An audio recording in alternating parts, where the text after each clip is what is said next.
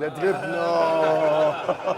Coach, we need to understand. No, This is the Lawrence. stylist.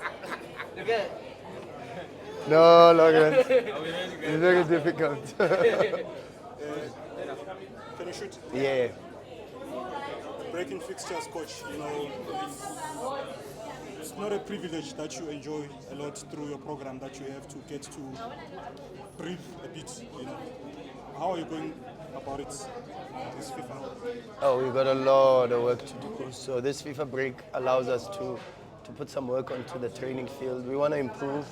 We want to be better. We want to try to get the team to a different level. So we're going to use a lot of the time that we have during the FIFA break to work on a couple of things on the training pitch.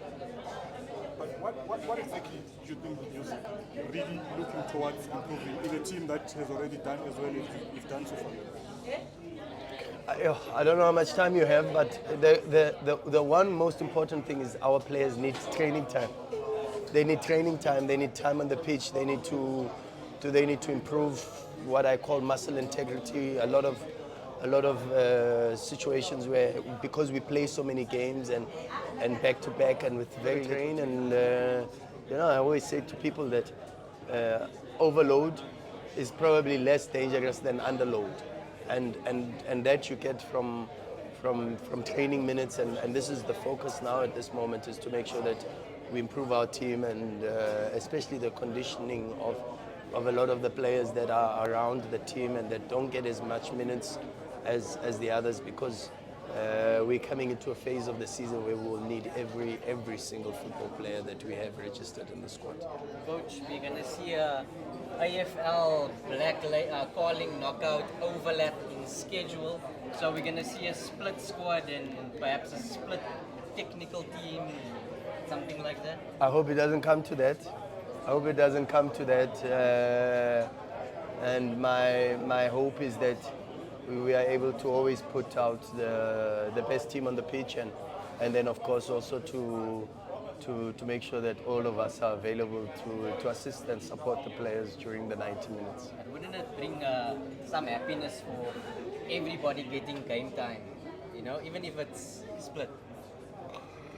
Yeah, but that's what we did last season. We had a squad of 36, I think, and we played all 35 players without any splits. That's the group, and that's the work that we have to make sure that each and every single player is prepared. We train not for the team, but for the entire group, and all 36 players. We try to make sure that they understand the demands, they understand the style of play, they understand the schemes, and so we have to make sure that we are ready for each and every single game again this season.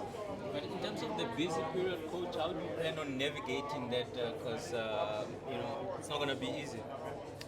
Well, the first is to make sure that the recovery is very good between the games, and that's the most important. And so we've set up a little bit of a task team within our technical team to make sure that we work on that.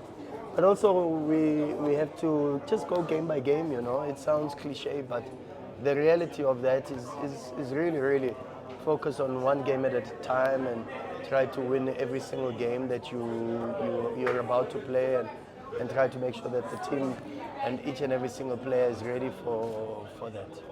But coach, pending now, how is that playing out in your head in terms of planning ahead? No, I can't get too far ahead of myself. That's the beauty of being a coach at Mamelodi Sundowns. You can't get too far ahead of yourself. You've got to focus on the next fixture, and because there's so much that goes into it. One fixture, it has got so much work. It's planning the training sessions, one-on-one meetings with the players for every fixture, watching the opposition matches, 4 or 5 games of the opposition, and if I have time, I watch maybe 6, 7 with the rest of the technical team and the analysts, which is an incredible amount of work. Watching the training sessions, so there's a lot of work that goes into preparing a team for every match, and that's why it's so important that we do take it game by game and not get too far ahead of ourselves. Coach, you've said that you learn more from defeats than wins. What did you take from Saturday's challenge across all fronts and also this new competition? No, there's a lot of takeouts. I'm yet to share my takeouts with this team. So it will be very difficult for me to speak to you guys in the media before I've spoken to the team, because I've had some players go to the national team duty. And today was the first time we saw each other, and even in the debrief today, I mentioned that we'll have a proper debrief and a proper discussion with the rest of the squad and everybody when the international players come back. Coach, while we are here, let's have a reaction to the draw that is to meeting TX. Yeah, since we are here. No, it's a good draw.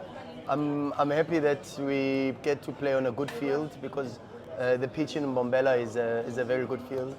It is against a good team with a very good coach, with some very good players. Should be an interesting game because they play well, they build from the back, they press from the top, and they try to keep as much possession as they can. Strong team, so we're looking forward to the draw. It should be a very interesting draw, and two very good teams on the pitch. Coach, can I ask about the Champions League draw, Coach? I don't think, have they asked about the Yes, they have, but yeah, you can, I'm sure Shupi will allow. Okay, okay, maybe Coach, does it give you a chance to go again? And also, if you can towards the end, are you able to confirm what's the status of the African League? Has there been an update from the office? No, not yet. The African Football League, I have I don't have enough information. As I said, we only reported back today, and last week was so hectic because we were focusing on the final. So unfortunately, I don't have a response with regards to that. In relation to the Champions League, yeah, it's a big competition for the club, big competition for our supporters, and we have to make sure that we are ready. Tough draw, some difficult trips to Mauritania. We also have to go to Congo, we have to go to Egypt, but we'll be ready. We've got good experience now, both from a technical perspective with the technical team and the support structure that we get from senior management and the club. But also the players have now got good experience from playing this competition and understanding the dynamics around the competition. And so we're looking forward to what will be a very difficult group stages, but our most immediate objective is to qualify from the group stages. I'm not looking for controversy, I'm Yeah. looking for clarification. Yeah. This thing of Mudau being injured for Bafana, playing Maseko injured and playing, just clarity, like, was it saying he's doubtful and then they just say he's injured, and you know what I mean? Mudau is injured, No, like for the first camp, Mudau was declared injured for Bafana. but he wasn't called up. Mudau was injured, and he missed a few games, if you remember, for us. I remember he missed, I can't remember from the top of my head, but he missed Stellies, I remember. He missed Chiefs, Grant, no, and then he was also suspended. But the reality is that one thing I like about Mamelodi Sundowns, and you've got to give them a lot of credit, is that we post our injuries on the social media before every single match, and we give very detailed updates on the injuries. So I don't think it's fair to say that Sundowns don't communicate about the injuries of the players. I think it's far-fetched, and I've got to come to the defense of the club in that instance, because I think the club goes out of its way to make sure that not only for the Bafana coach, but also for the Sundowns supporters. You know, they want to know when some of their best players are not on the pitch, and they want to know why. You know, so and the club goes out of its way to make sure that they give as much information and clarity with regards to the availability and non-availability of our players, and I think it's a little bit far-fetched to put that blame on the football club, and even though I know I will speak to the Bafana head coach about that statement, but I think it's important that from a public perspective, I come to the defense of the football club in this instance.